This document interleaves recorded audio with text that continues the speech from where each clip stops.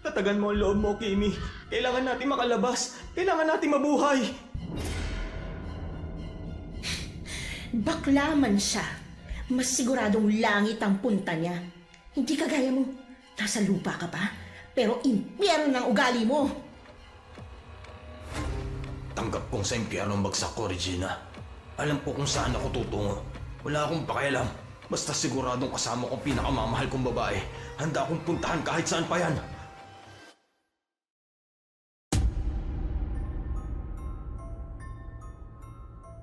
Kadalasan, may mga trahedyang hindi nagbibigay ng palatandaan. Yung gigising ka na parang normal ang lahat. Akala mo, isa lang itong ordinaryong araw na lilipas din. Pero sa isang iglap, may mangyayaring na hindi mo hiningi, hindi mo pinili, at lalong hindi mo inihanda ang sarili mo. Ganoon ang nangyari sa amin ng tito ko. Nagbakasyon lang kami at nagpakasaya kahit na ilang araw lang. Pero hindi namin inaasahan na mapupunta pala yon sa isang trahedya na hindi inaasahan. Ganyan po ang tema ng ating kwento ngayon. Pero bago ang lahat, kung bago ka pa lang dito sa channel, please like, subscribe, and hit the notification bell para updated kayo sa bawat kwentong ilalabas. May bago tayong storya 3 hanggang 4 na beses sa isang linggo. At ngayon, para sa tampok nating kwento.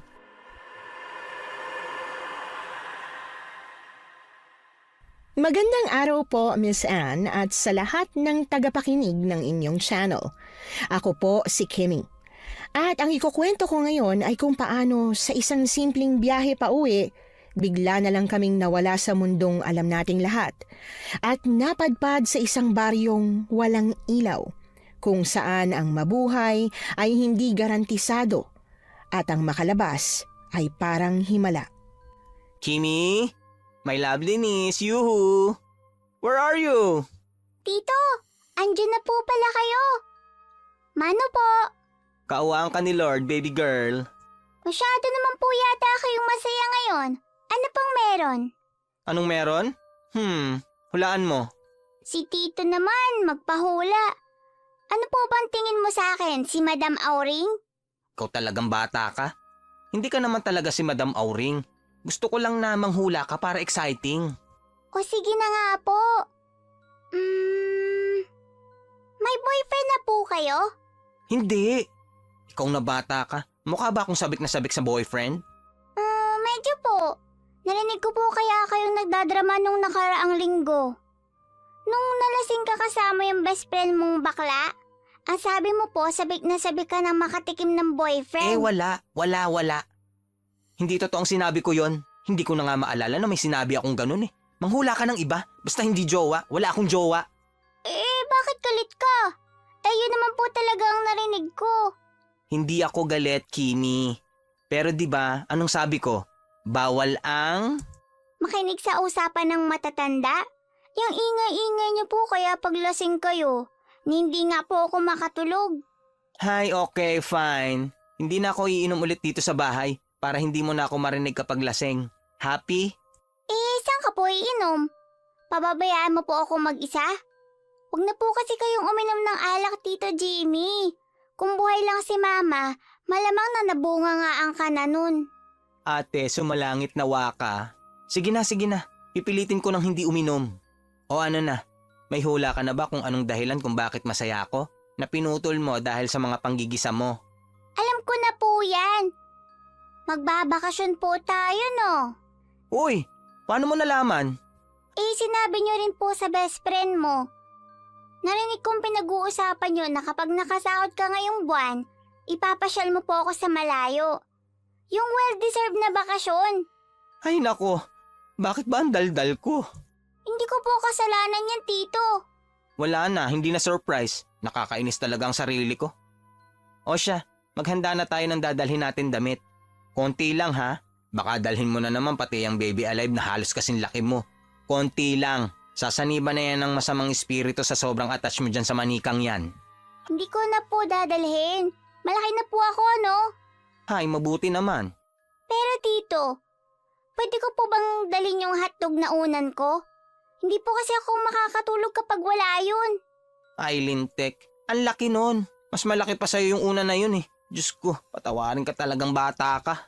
Sige na po, Tito. Please, please. O siya, sige na. Pasaway ka talagang bata ka. Kung hindi lang kita love, naku! Yay! Salamat po, Tito. Tita pala. Che, huwag mo akong tawaging tita. Nakakakilabot. Bakit naman po? Di ba, tita naman po talaga? Kahit bakla ako, ayokong tawagin akong tita. Pakiramdam ko dadalawin ako ng nanay mo kapag tita ang tawag mo sa akin. Hindi naman po siguro. Mahal na mahal ako ni Tito Jimmy, ramdam ko yon. At syempre, kahit minsan sobrang protective siya sa akin, mahal na mahal ko rin siya. Simula nang mamatay si Mama, si Tito Jimmy na ang nag-alaga sa akin. Pero hindi naging madali ang lahat para sa aming dalawa. 8 taong gulang pa lang ako nang magkaroon ng malalang sakit sa baga ang mama ko. Walang malinaw na rason kung paano nagkaroon ng sakit na stage 4 lung cancer si Mama. Hindi naman kasi siya naninigarilyo. Inisip na lang namin ni Tito Jimmy na ginawang paraan na lang ng Diyos ang sakit ni Mama para kunin siya. Dahil kung oras mo na talaga. Matapos naming mag-empake, umalis na kaagad kami. Sobrang excited namin ni Tito. Kahit sa bus ay kumakanta-kanta pa kami. Ilang oras din ang naging biyahe namin hanggang sa makarating kami sa dagat. Meron po tayong kwarto, Tito. Abay, syempre, ako pa ba? Ang tagal nating hinintay na makapagdagat tayo, di ba? Kailangan sulitin natin. 2 araw tayo rito. Wow! Akala ko po uuwi tayo kagad eh. Naaalala ko po nun. Pagkarating natin sa dagat, pupunta lang po tayo. Tapos ayun na po. Yung parang kubo na walang dingding. Ano nga po yan? Cottage yan. Oo, ganyan lang ang ginagawa namin ni ate. Cottage lang tapos uuwi na kaagad tayo kinagabihan. Dahil hindi natin afford ang renta ng kwarto. Nakakapagod yun, sobra. Ngayon po may kwarto na. Kaya lang wala na po si Mama. Baby girl, wag mo na masyado isipin yun. Happy lang dapat tayo ngayon, di ba? Oo nga po. Pero namimiss ko pa rin siya. Nako, naiyak na naman ang baby girl ko. Halika nga rito, yakapin mo na lang ako. Tito, miss na miss ko na po si Mama. Ako rin, miss ko na siya. Sorry, Kimi. Sorry dahil maaga kang nawala ng mama. Wala pang kwenta ang papa mo. Hindi niya po kasalanan, Tito, kaya huwag po kayong mag-sorry. Diba, kayo na po yung nagsabi sa akin na kailangan na siya ni Lord sa langit, kaya kinuha na siya. Oo, kailangan na nga siya. Siguro kasama siya sa tatawag sa mga pangalan ng papasok sa langit. Bakit yun naman po naisip yun, Tito? Siguro nagtitipid sila sa kuryente. Kailangan ng malakas na bunganga para hindi na kailangan ng speaker o kaya microphone. Ang mama mo, hanggang kabilang kanto ang boses pag nagsasalita. Oo nga po, no? Kita mo na, napatawa kita. Joke lang yun, Kimi ah. Baka multuhin tayo ng mama mo. Pero totoo naman po eh. Tsaka gusto ko pong multuhin ako ni Mama. Hindi ko pa po kasi siya napapanaginipan simula nung namatay siya. Talaga? Pero bakit kaya? Samantalang ako palagi ko siya napapanaginipan. Hindi ko po alam. Baka ayaw po akong dalawin ni Mama. Naku, baka dinadalaw ka niya pero hindi lang siya nagpapakita. Kasi akala niya natatakot ka sa kanya. Hindi po. Never po akong matatakot sa kanya. Maging multo man siya, alien, aswang, o kaya po engkanto. Ikaw talaga. Bakit naman magiging ibang nilalang ang nanay mo? Halika na nga, mag-enjoy na lang tayo rito sa dagat. Simula nang mawala si Mama, ito na ang pinakamasayang araw ko. Hindi kami sa pampublikong parte ng dagat naligo, kaya walang palutang-lutang na diaper o basura katulad nung naliguan naming parte ng dagat dati. Sumakay din kami sa bangka at pumunta sa kabilang isla. Namulat kami ng mga magagandang bato at shell, gumawa rin ng sand castle at kung ano-ano pa. Pakiramdam ko ayoko nang matapos ang sandaling yon, pero darating talaga ang oras na kailangang matapos. Tito, pwede po bang tumira na lang tayo sa tabing dagat? Ano? Hindi ka pa ba nagsasawa sa dagat? Tingnan mo, ang negra mo na nga oh. Gusto ko pong tumira sa tabing dagat. Ikaw talagang bata ka? Hayaan mo, pag lumaki ka na, ikaw na ang gumawa ng paraan para makatira ka sa tabing dagat. Bakit po hindi pwede? Una sa lahat, baby girl, wala dito ang trabaho ko. Kung titira tayo sa tabing dagat, anong kabuhayan natin? Paano tayo mabubuhay? May isda naman po sa dagat eh. Kahit po araw-araw isda ang ulam natin. Diyos ko, ikaw talagang bata ka. Bata ka pa nga talaga. Hindi mo pa naiintindihan. Tara na, kailangan na nating umuwi. 3 araw lang ang bakasyon ko. Kailangan ko nang pumasok sa trabaho. Babay dagat! Kailan kaya tayo ulit magkikita? Next year, mag-ipon ka galing sa baon mo. Mag-ipon po talaga ako. Magdadagat po tayo ah. Oo, basta mag-ipon ka. Yay! O tara na, nandyan na ang bus. Nalungkot talaga ako ng sobra nang sumakay na kami ng bus paalis ng resort kung saan kami nanatili ng 1.5 araw. Pagkaupo namin sa bintana, pinanood ko yon hanggang sa unti-unting pagkawala nun sa paningin ko. Napabuntong hininga na lang ako at saka nakasimangot na yumuko. Napansin naman ni Tito Jimmy ang pagkabalisa ko kaya hinaplos-haplos niya ang likod ko at sinabihan ako na babalik kami at pangako niya yon sa akin. Hindi ko napigilan ang lungkot pero ang pagod, oo. Nakatulog ako sa gitna ng biyahe at nagising nang biglang umalog nang marahas ang bus na sinasakyan namin. Napatingin ako sa relo ni Tito at nakitang 12:00 na ng madaling araw. Hindi ko sana yun papansinin at matutulog na lang ulit ako pero muling umalog ang bus kasunod ng takot na sigawan ng mga tao sa loob. Tito Jimmy, ano pong nangyayari? Baby girl, kumapit ka maigi sa akin ha. Huwag ka magpapanik. Pero tito, ano po ba talaga nangyayari? Maaksidente po ba tayo? Oo, kaya huwag kang bibitaw sa akin. Hahanap tayo. Sumampa ka sa likod ko. Tito, natatakot po ako. Huwag kang matakot. Naniniwala akong hindi pa natin oras. Tara na. Ilang saglit pa bumilis na ng bumilis ang pagtakbo ng bus. Pero kahit ganon, matapang na lumakad si Tito Jimmy habang nakapasan ako sa likod niya. Ilang beses kaming natumba pero ilang beses din siyang tumatayo. Hanggang sa marating namin ang dulo ng bus. Dinampot niya ang isang bag na pakalat-kalat sa sahig at inihampas yon sa bintana ng bus. Pero matibay ang bintana. Nahihirapan pa si Tito sa pagpukpok dahil umaalog nga ang bus. Hanggang sa bumanggana ng tuluyan ng bus at lahat kami ay natumba. Bumagsak ang ulo ko sa sahig. Nabasag ang mga bintana kasunod ng pagsabog ng kung ano sa loob ng bus. Namatay ang mga ilaw at umalingaw-ngaw ang iyakan at hiyawan sa loob.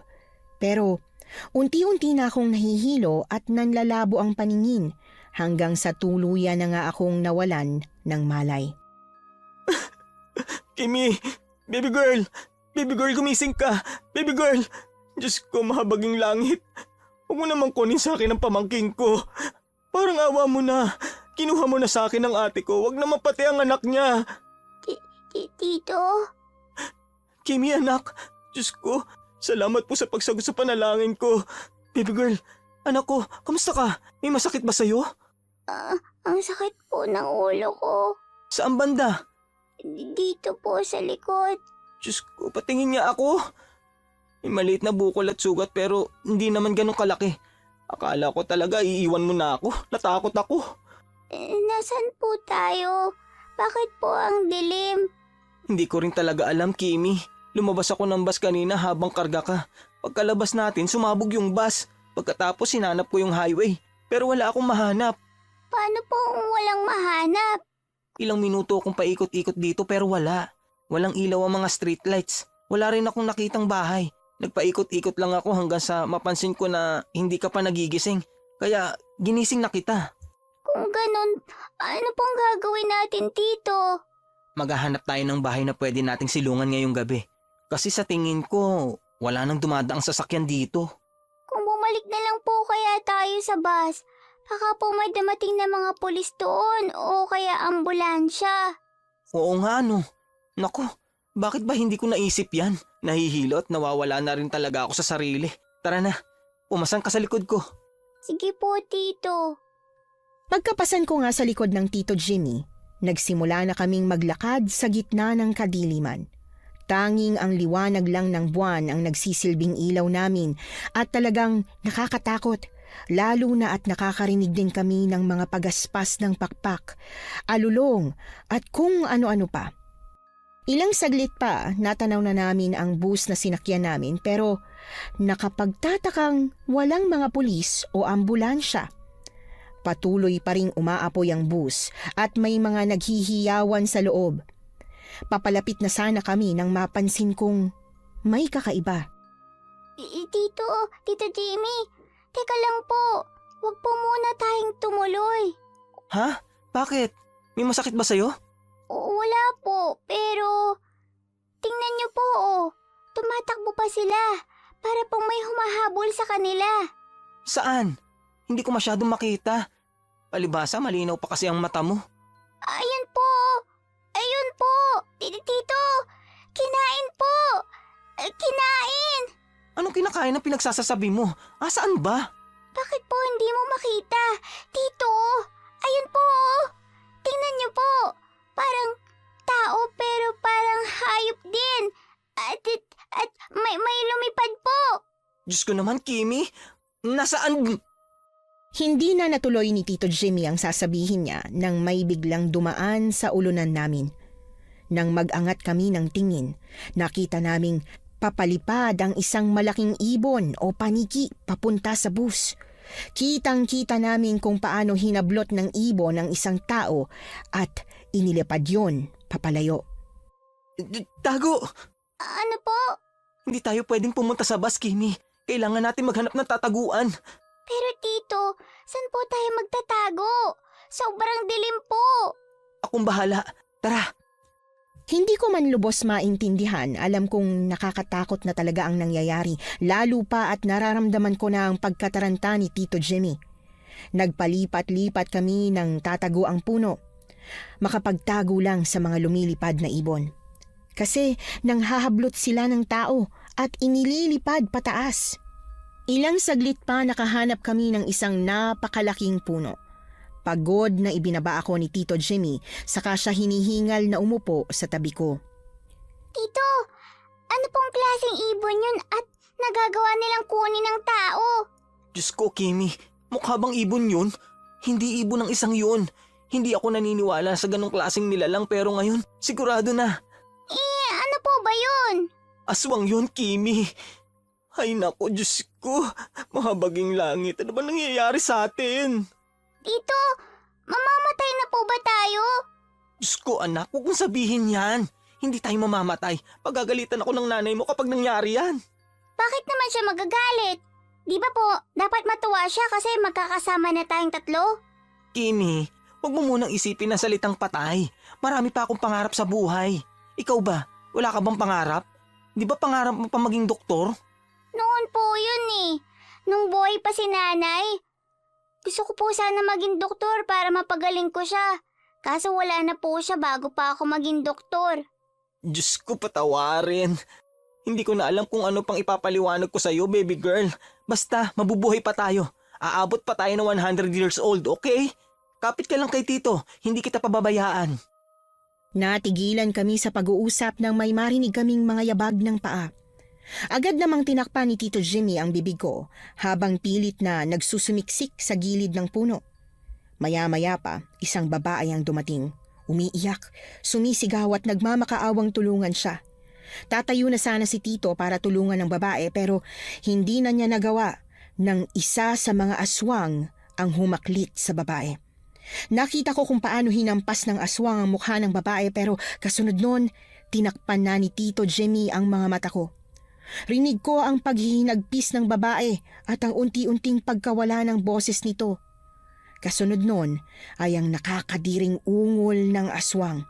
Tila ngumunguya, gutom na gutom. Nanginginig ang buong katawan ko sa matinding takot at dahil doon, hindi ko napigilan ang humikbi. Huminto ang pag-ungol ng aswang, pati na rin ang mabilis na pagnguya at maya-maya pa. Kumapit ka ng maigi, Kimi. Kailangan nating tumakbo. Tito, ano pong nangyayari? Nakita tayo! Tila isang tunay na lalaki, binuhat ako ni Tito Jimmy ng walang pag-aalinlangan. Wala na ang lambot, lumabas ang pagkalalaki niya. Sobrang bilis lumipad ng aswang na sumusunod sa amin. Halos maabutan na kami, pero magaling umiwa si Tito Jimmy. Hindi ko alam kung paano niya nagagawa yon. Ngayon ko lang siya nakitang tumakbo ng ganito kabilis. Pero kahit gaano pa siya kagaling umiwas, dumating pa rin sa puntong natumba kami pareho. Dire-diretso kaming dumausdos sa lupa. Gumulong kami pababa ng bangin at tumama sa isang puno. Sobrang sakit ng katawan ko dahil nadaganan ako ni Tito Jimmy. Kimi, ayos ka lang ba ha? Aray ko, ang likod ko. Ang sakit po ng braso ko. Ang mga paa mo, kamusta? Ayos lang po. Kung ganun, tara na, bumangon ka dyan. Mahihirapan akong kargahin ka kasi parang nabalian yata ako ng braso. Kaya mo bang tumakbo? Opo, Tito. Kaya ko po. Bilisan natin, nandiyan na ang aswang. Pagbilang ko ng 3, takbo tayo. 1, 2, 3. Kaagad akong tumayo at humawak sa kamay ni Tito Jimmy. Tumakbo ulit kami kahit na sobrang sakit pa rin ng pangangatawan namin. Halos masira ang mga punong natatamaan ng pakpak ng aswang habang kami halos bumigay na ang katawan sa kakatakbo. Pakiramdam ko mababali na ang mga binti ko sa sobrang tagal naming tumatakbo hanggang sa may natanaw kaming bahay. Bukas ang pinto at isang matandang babae ang may hawak na gasera. "Bilisan ninyong tumakbo!" Hindi natin sigurado kung tao ba yan o aswang. Pero Tito, maaabutan na po tayo ng aswang. "Halika kayo rito! Pasok kayo dali!" Baka aswang ka. "Hindi ako aswang! Ano ba? Gusto niyo pa bang mabuhay? Isasara ko ng pinto!" Tito, nandiyan na po ang aswang. "Bilisan ninyo! Isasara ko na ito!" Tara na po, Tito. Mukha naman pong hindi siya aswang. Teka lang, Kaagad na dumampot si Tito Jimmy ng malaking bato sa tabi ng pinto ng bahay. Pagkatapos ay hinawakan niya ang kamay ko at tuluyan kaming pumasok. Saktong pagpasok namin ay marahas na isinara ng lola ang pinto kasunod ng pagkalabog nito. Lola, hindi ba mawawasak yan ng aswang? "Hindi niya masisira at mabubuksan yan. May pangontra ang pinto ko." Po, paano pong pangontra? "Ayun o, ang mahiwagang nakabaliktad na walis." Ha? Ano naman pong nakakatawa sa sitwasyon natin ngayon, Lola? Diyos ko, muntik na kaming mamatay. Kung minsan, iho, kailangang tawanan na lang natin ang mga problema para kahit papano mabawasan ang bigat. Pero hindi po nakakatawa. Eh di huwag kang tumawa. Problema ko ba yun? Huwag kang naninigaw. Pasensya na ho kayo kung nasigawan ko kayo. Natakot lang po talaga ako kanina. Ayos lang. Alam kong pakiramdam mo ngayon dahil naramdaman ko na rin yan noon. Teka, ang dami yung sugat May mga gamit akong panggamot dito. Gagamutin ko kayo. Unahin niyo na po ang pamangking ko.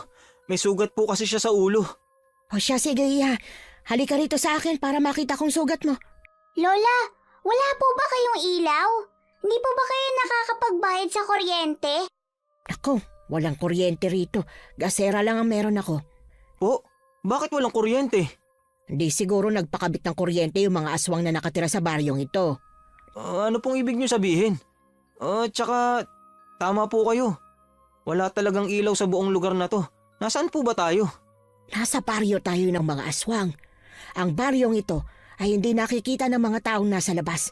Kumbaga parang biringan. Yung sinasabi pong Lost City? Kung saan tirahan daw ng mga engkanto? Oo, kaya lang dito, mga aswang ang nakatira. Ibig po bang sabihin hindi na tayo makakalabas dito? Makakalabas. Dahil alam ko na lahat ng ganitong klaseng mundo ay may labasan, lalo na at may pasukan. Hindi ka naman makakapasok kung walang daanan, hindi ba? Kaya lang mahirap. Ilang buwan na ako rito pero hindi ko pa rin mahanap ang daan palabas. Kawawa naman po kayo, Lola. Ayos lang. Magaling naman akong kumalaban ng aswang Paano po kayo nabuhay dito ng ilang buwan? Kung ganun... May gubat dito. May mga tanim. May mga hayop. At higit sa lahat, may mga gamit ng mga taong napapadpad dito pero hindi na nakakaligtas. Kinukuha niyo po yung gamit ng iba? Ano pa? Sayang naman kung di mapapakinabangan ng buhay pa. Kaya nga nakabuo ako ng isang kubo na kagaya nito. Yung mapoprotektahan ako mula sa mga aswang. Parang hindi ka panipaniwala ang lahat, Lola. Nasa palabas ba tayo? Kung sana palabas lang ang lahat, aabutin ba ako ng ilang buwan dito? Baka parte po kayo ng palabas. Ikaw talaga, oo. Ayan. Okay na yung ulo ng pamangkin mo. Ikaw naman at ang laki ng sugat mo sa braso, titingnan ko. Lola, wala po ba kayong ibang kasama dito? Marami akong nakasama rito noon. Pero lahat sila unti-unting nakain ng mga aswang. Kaya eto, ako na lang mag-isa. Kawawa naman po kayo, Lola. Hindi lang naman akong tao rito.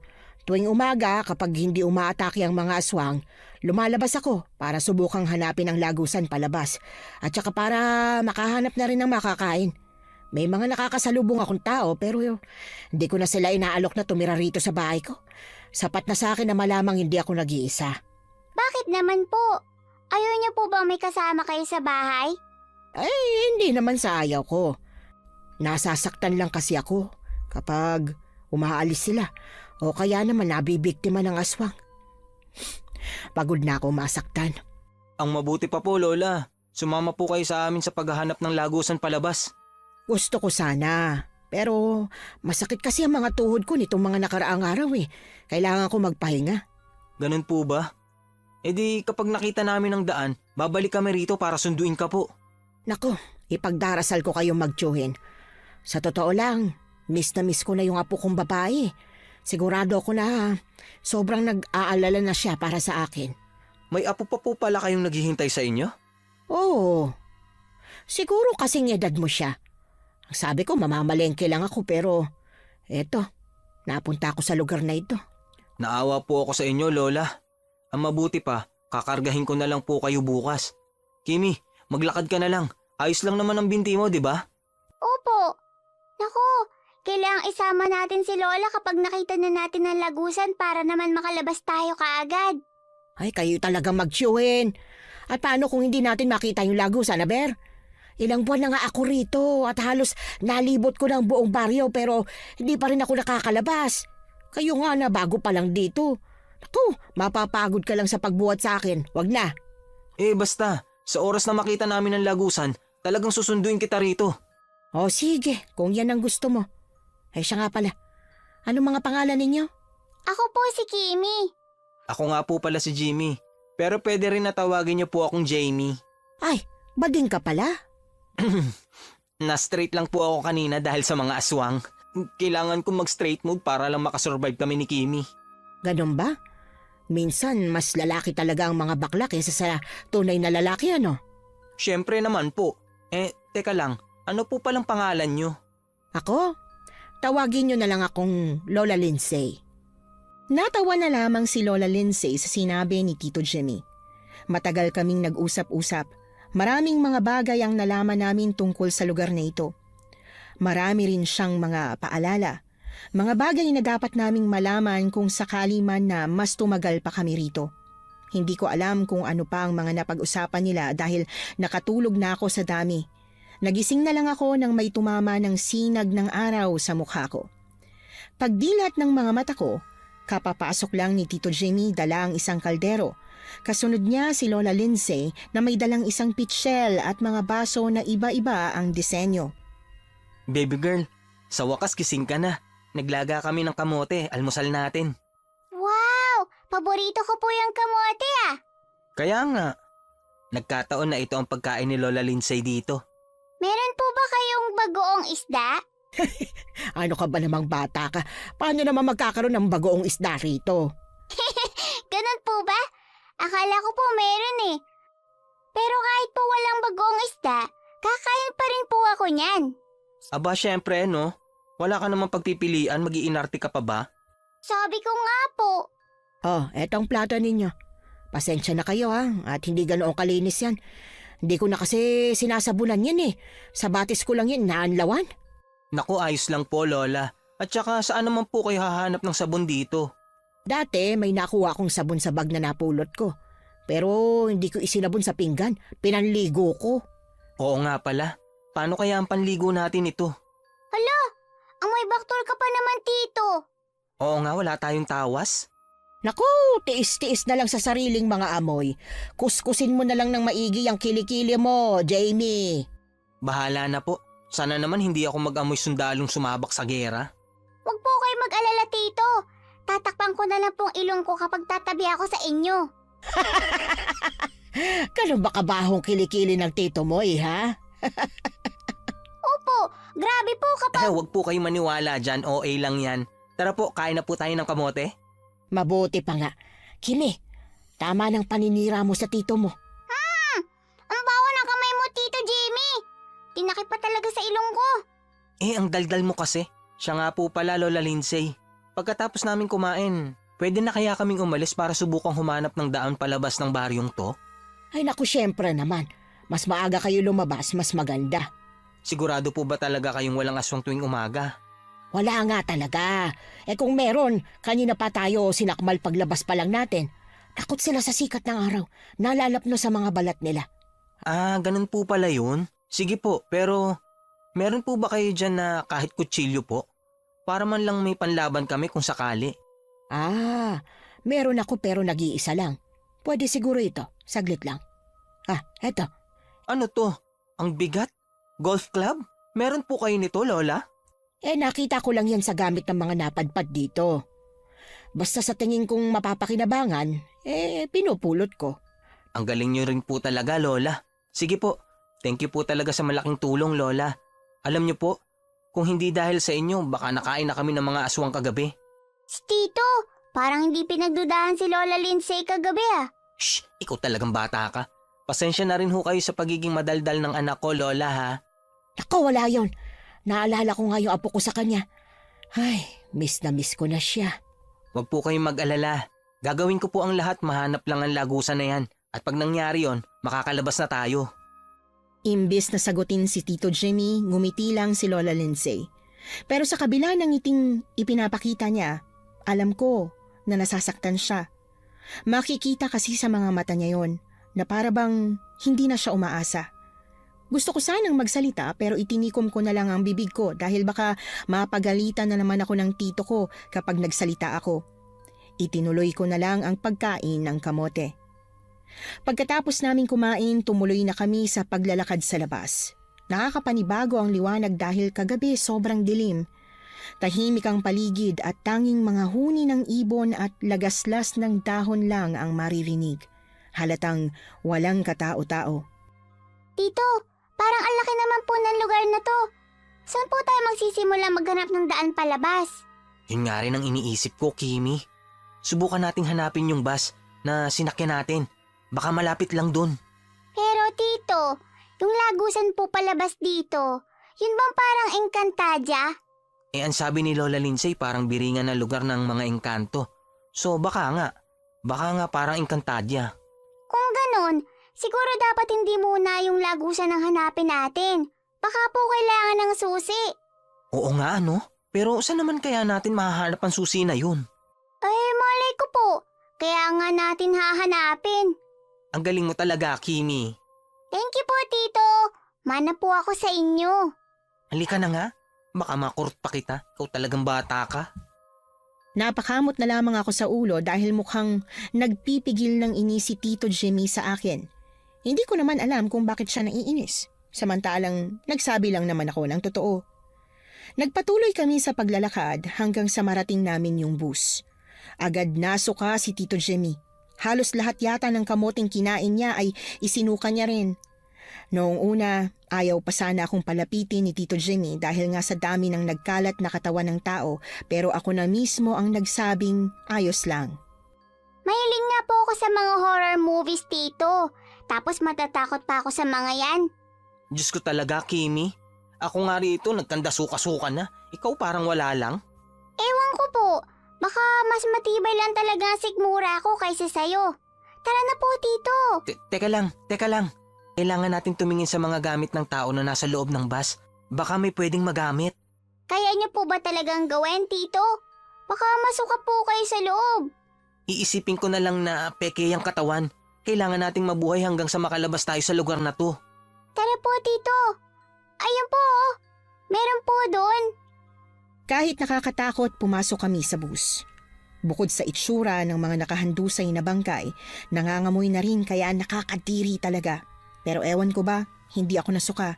Hindi tulad ni Tito Jimmy na panay ang duwal. Nakakuha kami ng pagkain, pero kadalasan ay mga biskwit o yung mga pagkain na mabilis lang kainin. Hindi kami nagtagal. Lumabas na kaagad kami dahil hindi talaga kinakaya ng tito ko ang amoy at itsura ng loob ng bus. Pero nang papalabas na kami, nagulat kami nang makakita ng isang dalaga. Halos kaedad niya si tito, nakatali ang buhok at kagaya namin, puro galos. Pahingin tubig. Hala ka girl, ito. Teka, may tubig kami. Ito. Salamat. Tito, hindi po kaya siya ang aswang? Mukhang hindi naman. Sabi ni Lola Lindsay, hindi kaya ng mga aswang na lumabas sa arawan. Grabe. Sa wakas, napawi na rin ang pagkauhaw ko. Kasama ka rin ba sa mga nadisgrasya sa loob ng bus? Oo, pero mukhang tama naman ang napuntahan kong lugar. Matagal ko nang gusto makarating dito eh. Ha? Gusto mo makarating dito? Alam mo bang walang ilaw sa baryong to at bukod pa dun, may mga aswang pa. Alam ko. Nakita ko pa nga kung paano nilapa ng mga aswang yung mga taong nakasakay sa bus. Sayang at maililigtas ko pa sana sila kung nakuha ko ng kaagad yung mga gamit ko sa loob ng bus eh. May nakita ba kayong bag na kulay itim? Yung malaki? Maraming bag sa loob. Salamat. Mukha rin namang hindi nyo nakuha yung bag ko. Ate, kung dito pala talaga ang punta mo, may dahilan po, di ba? Oo naman. Teka, kukunin ko lang yung bag ko Sa dulo kasi ako ng bus umupo eh. Ang weirdo ng babaeng yun, baby girl. Baka isa siya sa mga aswang na naninirahan dito. Ang mabuti pa, umalis na tayo. Parang mabait naman po siya. Narinig ko yon. Nako, lagot ka, Tito. Oo, wala naman akong sinabi, no? We, meron eh. Narinig kong sabi mo na weirdo ako at baka aswang ako. Ang galing mo rin kasing bumulong, naririnig pa rin.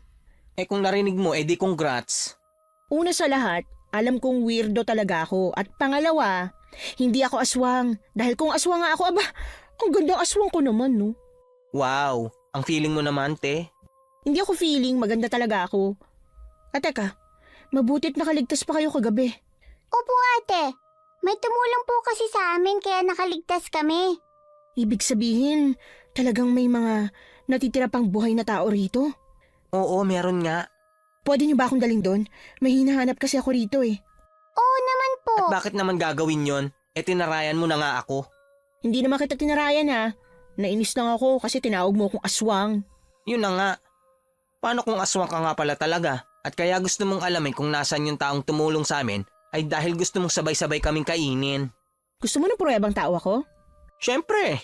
Eto, teka. Binuksan ng babae ang bag niya at saka naglabas ng bawang. Ipinakita niya yon sa amin bago niya biniyak at kinain ang isang butil nito.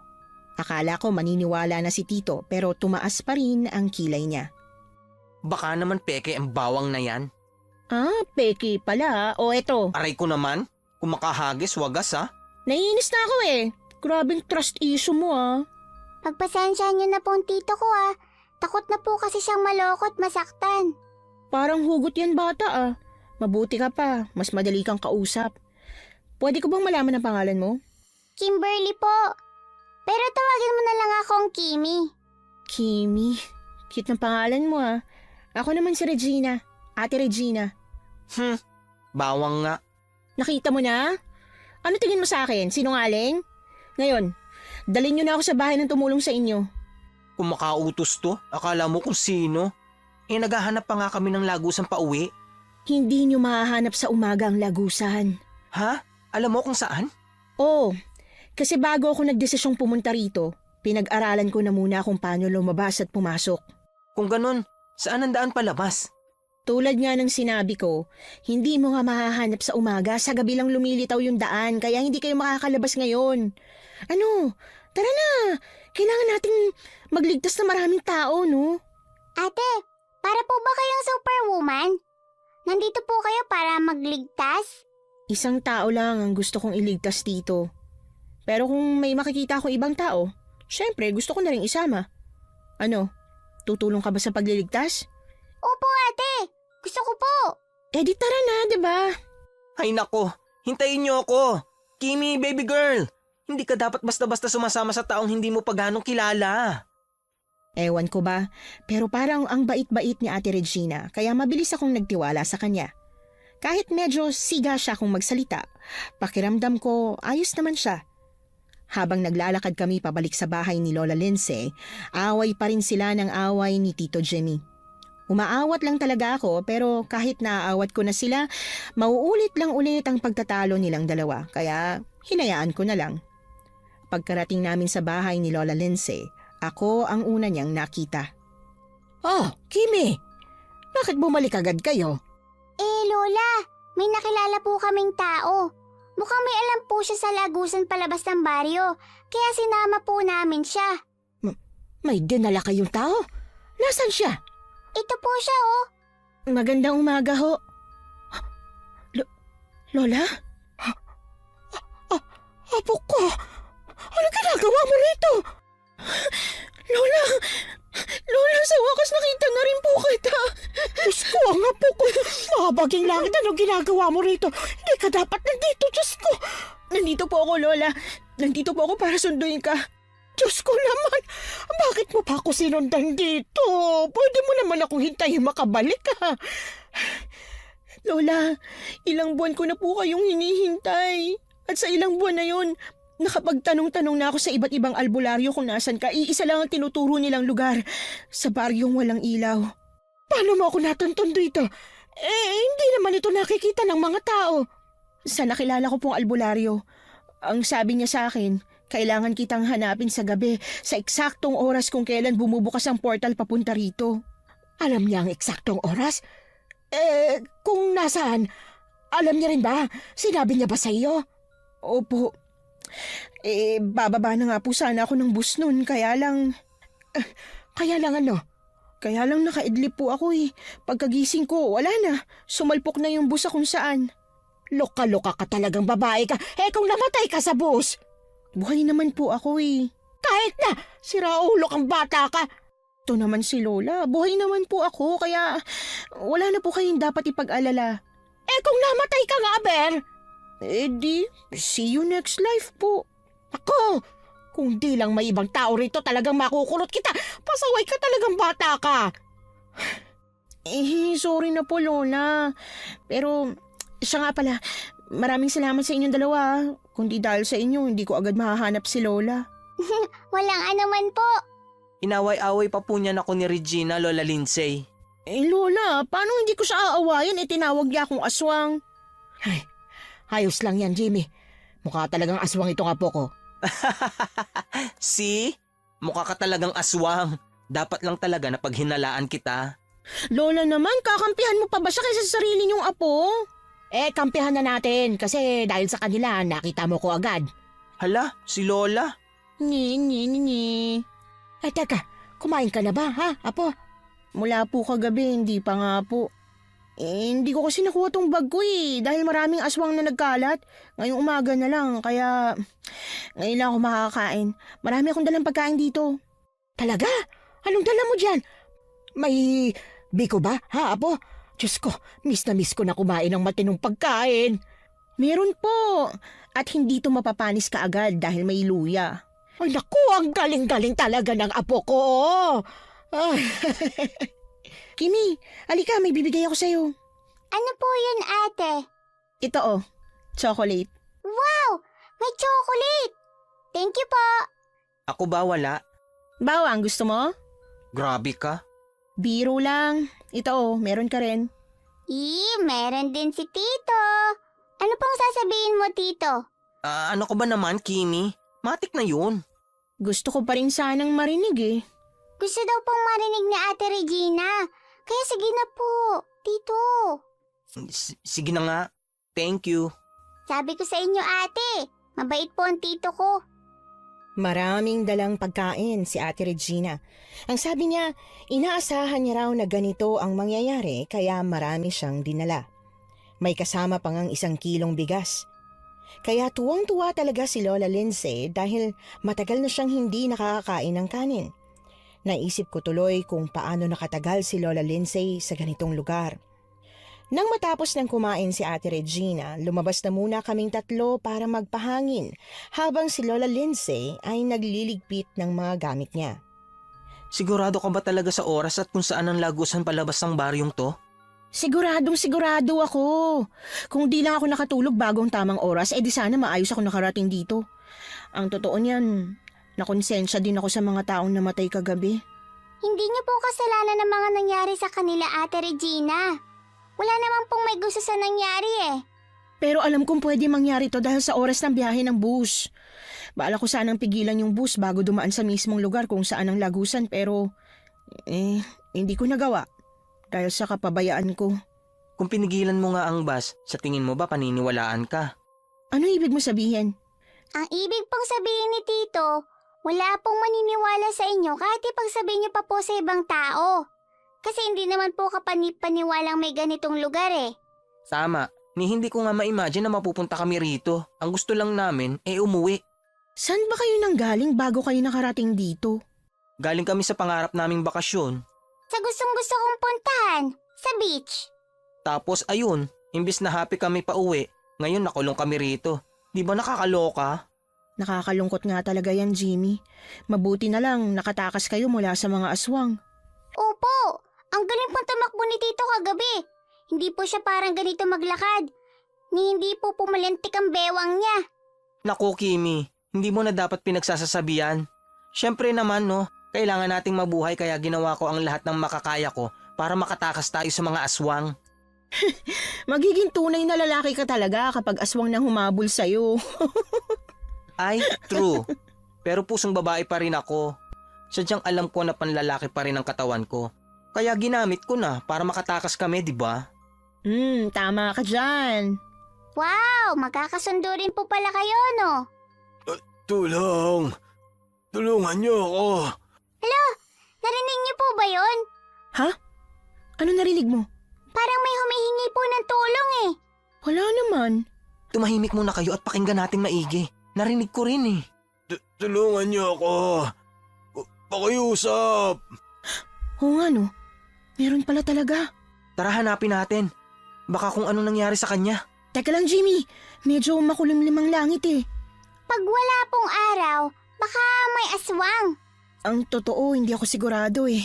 Pero, paano kung patibong lang pala yun? At paano kung tao siya? At nangangailangan talaga ng tulong natin. Tulong! May tao ba dyan? Tingnan natin kung pwede siyang tulungan.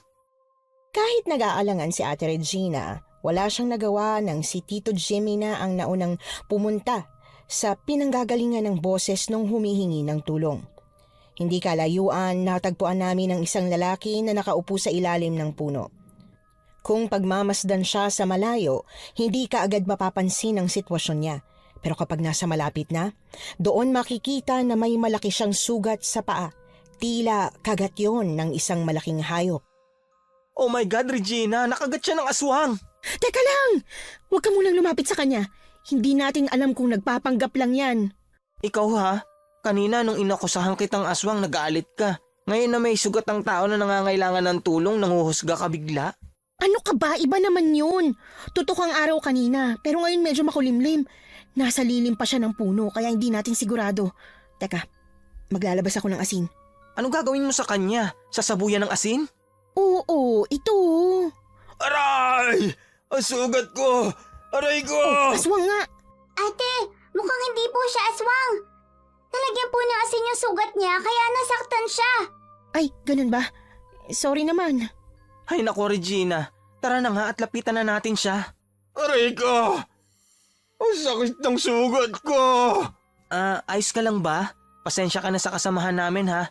Naniniguro lang, kaya hinagisan ka ng asin at natamaan ng sugat mo. Grabe kayo! Ang sakit! Mahapdi na nga tong sugat ko eh. Di naman sinasadya. Ano ba kasi nangyari sa sugat mo? Nakagat ako ng aswang. At ito, nangingitim na ang paligid niya. Ano ka mo? Naku, delikado yan. At tingnan mo Regina, nanginginig na siya. Kailangan nga talaga niya ng tulong natin. Ang gabi ko pa tinitiis to. Sobrang sakit talaga. Nakaligtas nga ako na hindi makain ng aswang pero mukhang mamamatay ako dahil sa sobrang sakit ng kagat. Ang tagal kong hinintay na may dumating na tao pero wala. Ang mabuti pa, mamaya ka na magdrama dyan. Jimmy, tulungan mo akong buhatin siya para madala natin sa bahay ni Lola. Ha? Oo, sige. Kimi, takbuhin mo na pabalik sa bahay si Lola Lindsay at pakisabi sa kanya na maganda ng mainit na tubig dahil may nakagat ka mo ng aswang. Sige po ate, may iba ka pa po bang habilin? Pakihanda ka mo yung mga gamit ko sa bag. Agad kong sinunod ang utos ni Ate Regina. Kumaripas ako ng takbo patungo sa bahay ni Lola Lindsay at sinabi ang sitwasyon.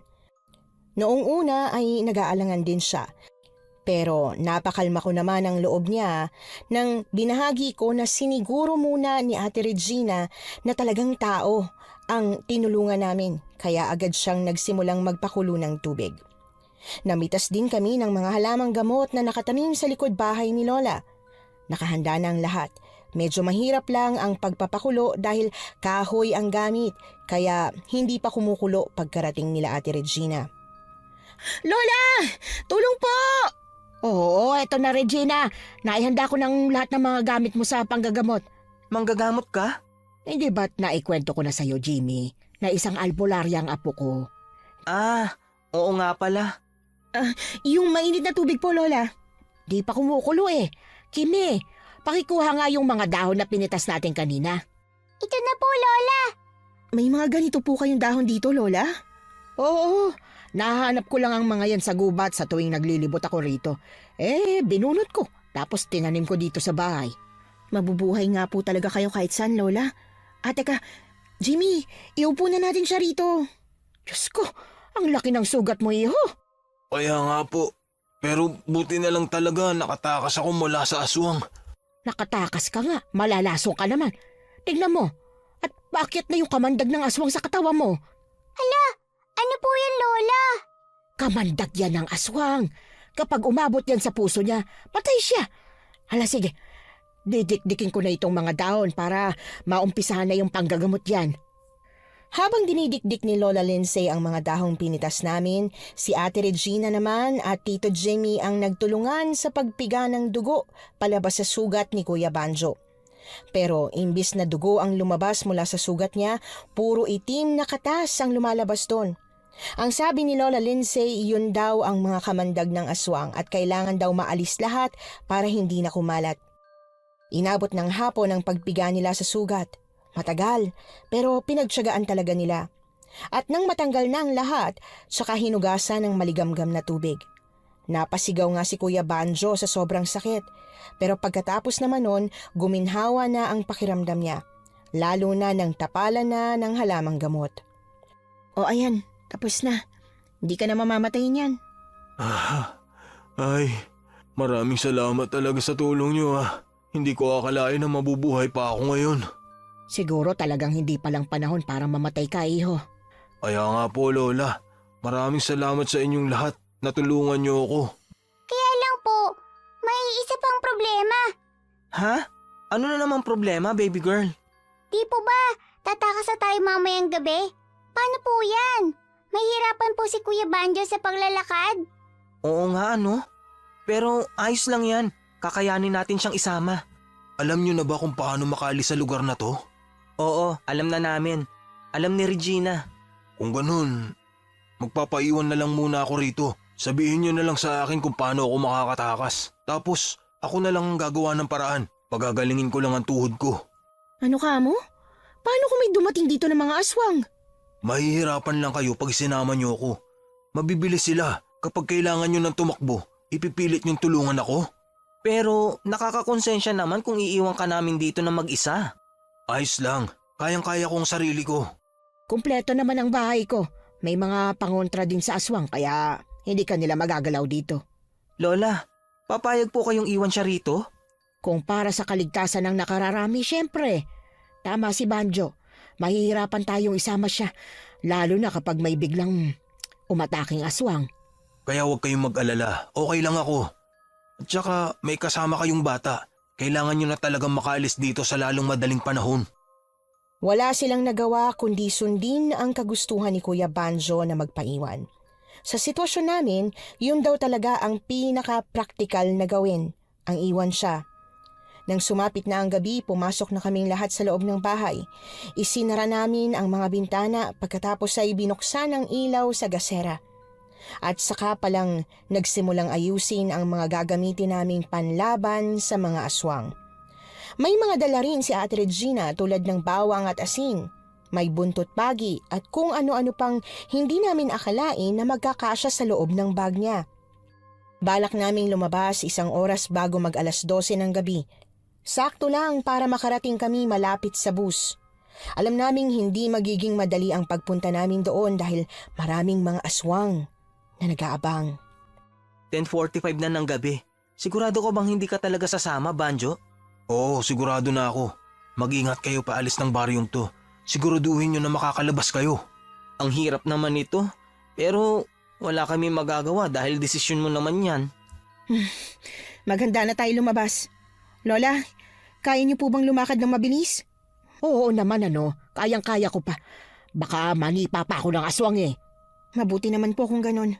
Teka, sisilipin ko lang kung may mga nakaabang ba na aswang. Walang mag-aabang dyan dahil alam nilang may mga pangontra ko rito sa loob. Kailangan pa rin nating makasiguro. Siyempre. O ano, may nakita ka? Wala po.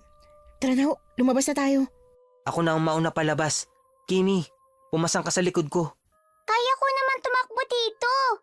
Ay nako, mas mabuting nakapasang ka sa likod ko para hindi tayo magkahiwalay. Tama ang tito mo, Kimi. Sumunod ka na lang sa kanya. Pero baka po kasi mapagod siya. Kapag napagod ako, ibababa rin naman kita. Halika na, sumampa ka na sa likod ko. Sige po. Pagkaangkas ko sa likod ni Tito Jimmy, kaagad na kaming lumabas ng bahay. Sobrang dilim sa labas. Tanging ang liwanag lang ng buwan ang nagsisilbing tanglaw sa amin. May dala namang flashlight si Ate Regina pero ang usapan ay gagamitin lang kapag importante dahil baka maubusan ng baterya bago pa man kami makarating sa dapat naming puntahan. Tahimik kaming naglakad sa madilim na daan. Ramdam ko ang kaba ni Tito Jimmy dahil nanlalamig ang mga kamay niya. Parang may kakaiba. Hindi dapat ganito katahimik ang paligid eh. Baka dahil walang aksidenteng nangyari ngayong gabi? Hindi. Kahit walang aksidente, maingay sila sa gabi. Naghahanap sila ng mabibiktima. Wala silang patawad. Pero bakit po kaya tahimik ngayon? Diyos ko, huwag naman sanang dahil alam nilang tatakas tayo. At paano naman nila malalaman na tatakas tayo? Wala namang ibang nakarinig sa usapan natin ah. Wala nga ba? Bago lang tayo sa lugar na to.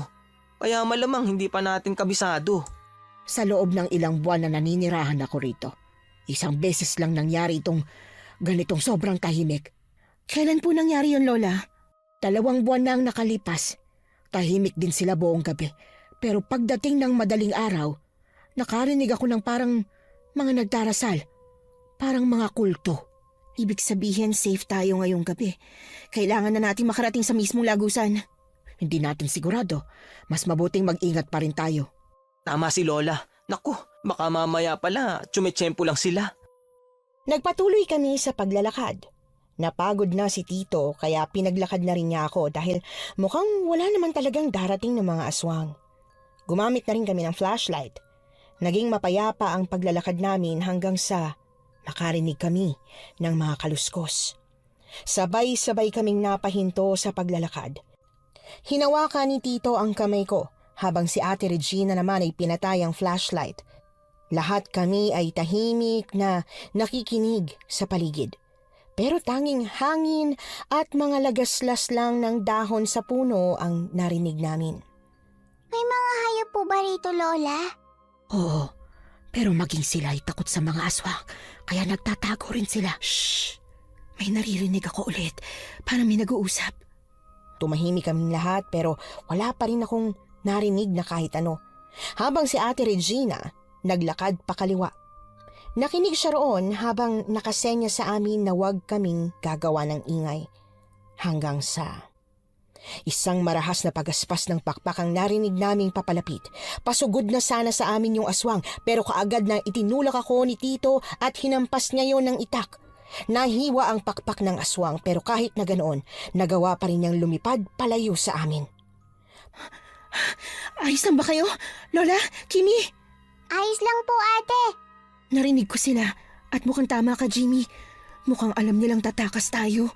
Paano yan? Anong gagawin natin? Alam natin na pwedeng mangyari. Pinaghandaan na natin, di ba? Kaya tutuloy pa rin tayo.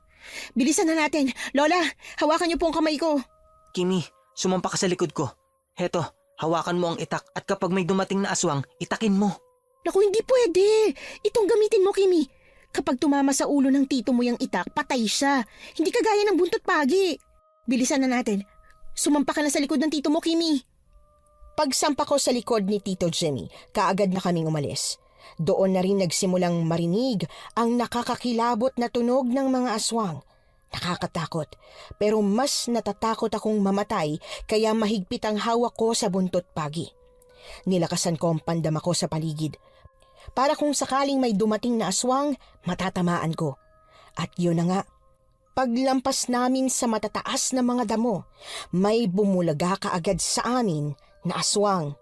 Pero dahil alerto ako, nahampas ko yun ng buntot pagi na naging dahilan para pumulupot yun sa leeg ng aswang. Nagulat ako, lalo na at nahatak akong pabalik ng aswang. Maging si Tito Jimmy ay nabigla sa nangyari. Kimi, anong nangyari? Tito, hindi po matanggal yung buntot pagi. Bitiwan mo na, maglalakad tayo. Pero kung bibitawan ko po, mawawalan na ako ng panglaban. Hatakin mo ng sobrang lakas, Kimi! Tulungan mo siya, Jimmy! Ang hirap po. Kaya mo yan, Kimi! Kaya mo! Buong lakas na hinatak ko ang buntot pagi. Halos mapaliyad na ako. At nang mahata ko na yun pabalik, tumalsik ang ulo ng aswang. Sa takot, napahiyaw ako.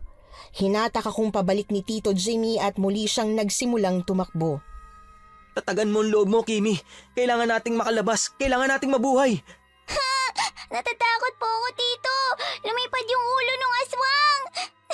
Kayang-kaya mo yan. Yung mga patay na tao nga hindi natakot eh. Yun pa kayang aswang? Aswang po yun eh. Tumahan ka na muna, Kimi. Malalampasan din natin to. Bilang bata, gustuhin ko man na umiyak ng umiyak dahil sa mga nangyayari, wala akong magawa, kundi ang pakalmahin ang sarili ko. Habang patuloy kami sa pagtakbo, nilalabanan ni na Ate Regina at Tito Jimmy ang mga aswang na makakasalubong namin. Parang sa mga action movies ang dating. Hindi ko talaga inakala na mangyayari ito sa amin. Hanggang sa makalagpas na nga kami sa bus, sa mismong lagusan na sinasabi ni Ate Regina. Mismong kalsada lang yon, pero kapag susubukan mong tumawid, babalik at babalik ka lang din sa baryo ng mga aswang. Anong oras na, Jimmy? 11:50 na. Kailangan pa nating maghintay ng 10 minuto. Marami pang pwede mangyari sa mga oras na yon. Kaya huwag kayong papakampante lalo na't alam nilang aalis tayo. Ate, Tito, tingnan niyo po. Ang dami pong kumikisap na kulay pula. Diyos ko, ang daming aswang. Anong gagawin natin, Regina? Paubos na ang bawang at asin natin. Napakarami nila oh. No choice tayo, kailangan nating lumaban. Kimi, Lola Lindsay, dito kayo sa likuran namin ni Jimmy. Makakatakas pa kaya tayo rito? Ambot kamay na natin ang daan palabas, pero parang ang layo pa. 10 minuto na lang eh. Huwag ka nang mag-inarte, wala na tayong magagawa. Ate, Tito, si Kuya Banjo po ba yun? Ano ka mo? Saan? Ayun po, may kasama po siyang babae. Mukhang naisahan tayo. Anong ibig mo sabihin, Regina? Mukhang mali ang tinulungan natin. Mga kamag-anak kong aswang, mag-enjoy lang kayo dyan ha. Sabi ko sa inyo maayos akong kausap. Banjo, anong ibig sabihin nito? Kahit sabihin ko pa yung nangyari, mamamatay rin naman kayo. Kaya wag mo nang alamin. Sira ulo ka? Oh, relax. Dapat hindi ka nagagalit ng ganyan. Dapat ngayon magdasal ka na sana sa langit mapunta ang mga bakla. Bakla man siya, mas siguradong langit ang punta niya. Hindi kagaya mo, nasa lupa ka pa. Pero impyerno ng ugali mo.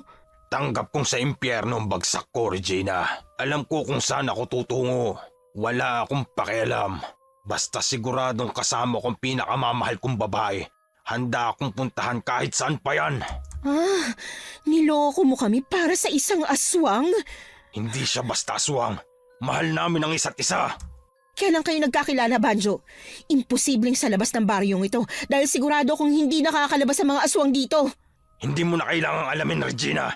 Wala kang pakialam doon. Ikaw ang bahala. Baka niloloko ka lang ng mga yan. Hindi nila ako niloloko. Mga kapwa ko aswang! Patayin niyo sila! Lumingon si Kuya Banjo sa mga aswang na nasa paligid niya. Pero lahat sila ay nakatuon ang atensyon sa kanya. At ang dahilan kung bakit sila nakatingin sa kanya ay dahil sa sugat niya sa tuhod. Natanggal ang nakatapal na halamang gamot doon at mukhang dumugo ulit dahil sa puwersahan niyang paglalakad. Ahay! Iba rin talaga gumalaw ang karma. Tito Jimmy, Ate Regina, 12:00 na po. Talikod na mga apo. Hayaan niyong lapain ng mga aswang. Si Raulong yan. Hindi. Tulungan niyo ako. Huwag niyo akong iwan. Huwag! Tulong! Tutulong pa sana si Ate Regina sa kanya pero kaagad na siyang hinila palayo ni Lola Lindsay. Sa isang kisap mata, nasa gitna na kami ng kalsada na walang laman. Tanging huni ng kuliglig na lang ang naririnig namin. Wala ng mga aswang. Wala na kami sa baryong walang ilaw. Mukhang wala nang dumadaang sasakyan dito ng ganitong oras. Paano tayo uuwi? Ano pa ba? Eh di maglalakad. Akala ko pa naman makakapagpahinga na tayo. Hanggat hindi pa tayo nakakauwi, walang magpapahinga. Ay, malapit lang naman ang bahay namin dito. Mga gaano po kalapit, Lola? Mga 1.5 oras na lakaran. Oh my God! Imbis na nagre-reklamo ka dyan ng mabuti pa, simulan na natin ang paglalakad ano. Sigurado po ba na nakalabas na tayo sa baryo ng mga aswang? Ha? Bakit, Kimi? Kasi po, may 3 aswang po na nasa likuran nyo. Ang inaakala naming tapos ng pakikipaglaban sa mga aswang ay mali pala. Paglingon nila Tito Jimmy sa sinasabi kong direksyon, nakita nila ang mga aswang na tinutukoy ko. 3 aswang ang nasa likuran namin at tila lahat sila ay gutom na gutom. Paano sila nakasunod rito sa atin? Di ba ang sabi ng albularyong nakausap mo, hindi nila kayang lumabas? Nakalimutan ko. Bilog pa lang buwan ngayon. Kaya nilang lumabas sa lagusan lalo na kapag may taong dumaan. Ano? Sa lahat ng pwedeng kalimutan, ito pa talaga? Huwag na kayong magtalo. Kakainin na nila tayo, ang dami niyo pang satsat. Handa na sana sina Tito Jimmy at Ate Regina sa pagsagupa sa paparating na mga aswang. Pero imbis na mangyari yon, lumipad ang mga ito palayo sa amin. Lahat kami ay napanganga sa gulat. Saan po sila pupunta? Lola, mukhang nakagawa po tayo ng masama. Bago mangyaring iniisip mo, kailangan nating i-alerto mga kakilala nating manunugis. Jimmy, Kimi, matutulungan niyo ba kami? Opo, tutulong po kami, Lola. Pero sa tingin ko, baby girl, mas mabuting umuwi na tayo. Po, pero bakit naman? Kasi hindi naman tayo eksperto sa ganito. At saka bata ka pa. Hindi mo dapat nararanasan ng mga bagay na to. Pero nadamay na po tayo, Tito. Paano po kapag may ibang nabiktima ang mga aswang? Hayaan mo na, Kimi. Tama din naman talaga ang tito mo. Tama siya na hindi dapat kayo madamay pa rito. Kasalanan ko rin naman dahil hindi ko nasabi sa inyong tungkol dito. Pero ate... Sige na, Kimi. Kailangan na naming umalis ni Lola. Mauna na kami. Teka lang, Regina, sandali. Bakit? Sige na nga, sasama na ako. Pero wala ba kayong mapapag-iwanan sa pamangking ko? Kasi ayoko talaga siyang isama. Hindi lang siya nagsasabi pero alam kong pagod na siya. Huwag ka mag-alala. May mga kamag-anak kami na pwedeng pag-iwanan kay Kimi. Pero gusto ko pong sumama. Hindi pwede, Kimi. Kung sasama ka sa amin, edi hindi na ako tutulong sa kanila. Alam kong pagod ka na. Wala akong magawa kundi ang sundin na lang si Tito at magpaiwan sa bahay ni na Ate Regina. May mga kamag-anak sila roon na nagbantay sa akin. Pinakain nila ako ng maayos at saka pinatulog pagkatapos. Doon ko lang din naramdaman ang lahat ng pagod ko kaya nakatulog ako hanggang hapon kinabukasan. Nagising na lang ako nang maramdaman kong may tumatapik sa pisngi ko. Hindi pa sana ako gigising pero narinig ko ang boses ni Tito Jimmy. Baby girl, gumising ka na.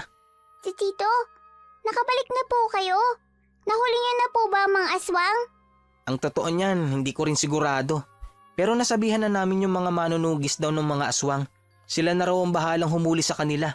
Akala ko naman may gagawin kaming mahirap pero madali lang naman pala. Ganun po ba? Sana nga po mahuli na kagad yung mga aswang, no? Mahuhuli nila yun. Tiwala lang. Siya nga pala. Kamusta dito? Mukhang nakatulog ka ng mahimbing ah. Opo, tito. Pinakain po nila ako na masarap pagkaalis niyo ni Ate Lindsay. Dire-diretso rin po ang tulog ko.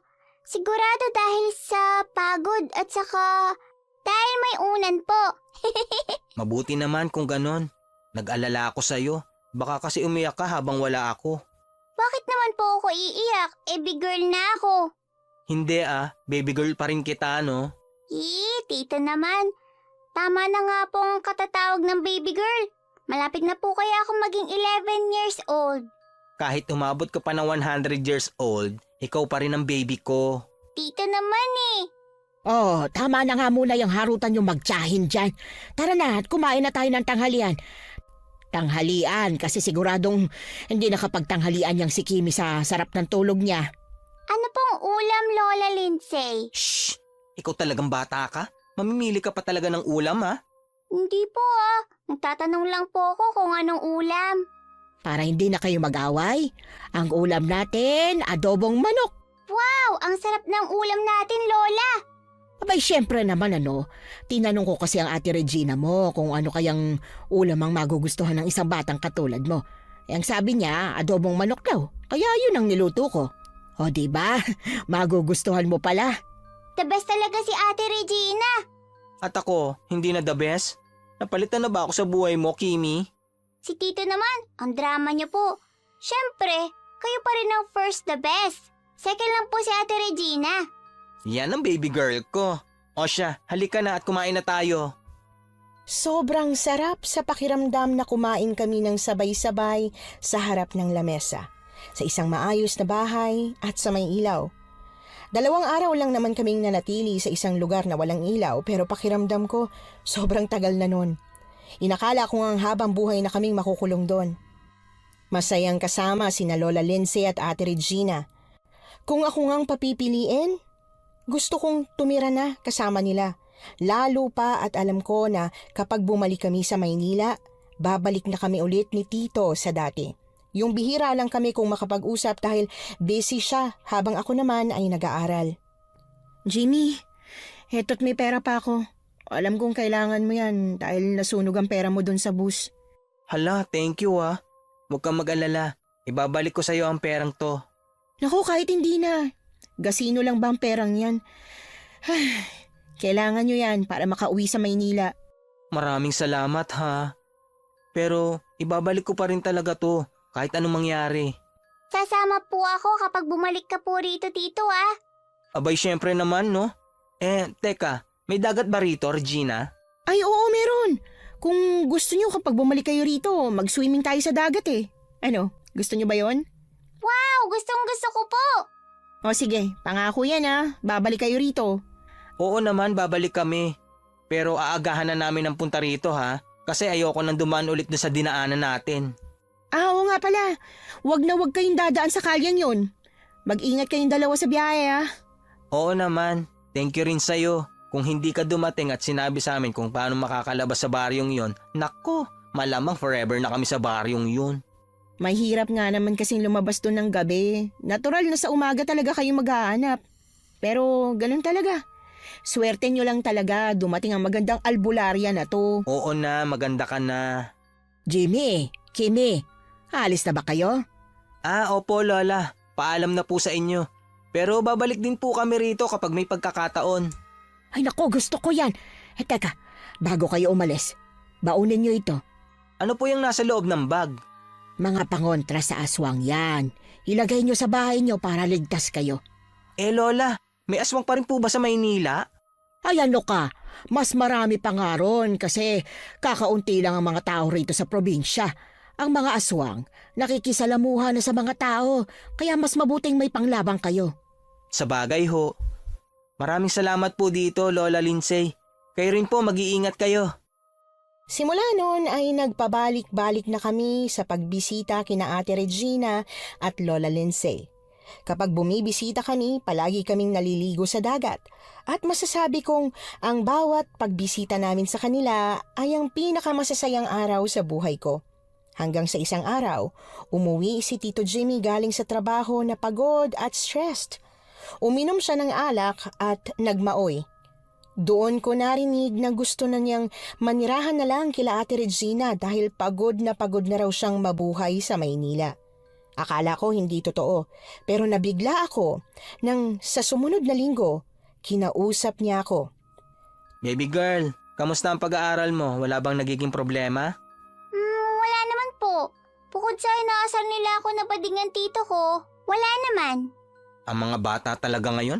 Porque wala silang baklang tito, ganyan na sila kung makapangasar. Si tito, sa tingin niyo po ba gugustuhin nila magkaroon ng titong bakla? Kaya ka nga nila inaasar kasi wala silang titong kagaya ko di ba? Oo nga po no. At saka nga pala, hindi pa ba nagbabago yung pangarap mo na tumira sa tabing dagat? Bakit po? Titira na po ba tayo sa tabing dagat? Hindi talaga eksaktong tabing dagat, pero malapit sa dagat. Ayos lang ba yon? Kila Lola Lindsay po ba? Oo, paano mo nahulaan? Tito naman kasi. Narinig ko na po yan. Ha? At saan mo naman narinig? Saan pa po ba? Di sa inyo rin po. Nung nalasing po kayo last week, sinabi niyo na po sa akin na gusto niyo tumira kila Lola Lindsay. Dahil gusto niyo na po ng kapayapaan sa buhay. Ay, nakakainis talaga ako kapag nalalasing, no? Di naman po, Tito. Gusto ko nga po kapag nalalasing kayo Hindi po kayo marunong magsinungaling? Pigilan mo na nga akong uminom ng alak sa susunod, ha? Hindi maganda sa kalusugan ng alak. Para naman pong magpipigil kayo. Teka lang po, kailan po tayo lilipat? Tatapusin lang natin ang pasok mo sa school. Tapos lilipat na tayo doon. Okay lang ba yon? Opo, okay na okay. Tuwang-tuwa si Lola Lindsay sa naging desisyon ni Tito Jimmy. Tumira kami sa bahay na malapit lang kila Lola Lindsay, habang si Ate Regina naman ang tumulong kay Tito na makahanap ng trabaho. Simula noon, hindi ko na nakitang stress na husto ang tito ko, lalo na sa mga katrabaho niya. Naging maganda ang buhay namin kahit sa probinsya. Lumaki na po akong kasama sina Lola Lindsay at Ate Regina, Miss Anne.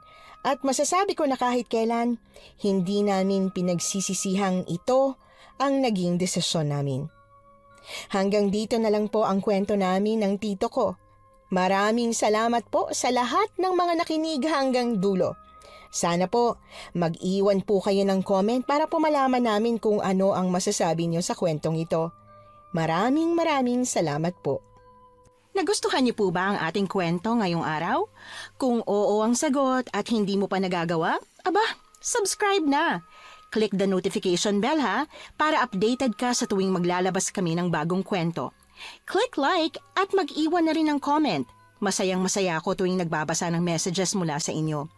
At kung may sarili kayong karanasan na gusto nyong ibahagi sa amin, email lang sa missanhorrorstories@gmail.com.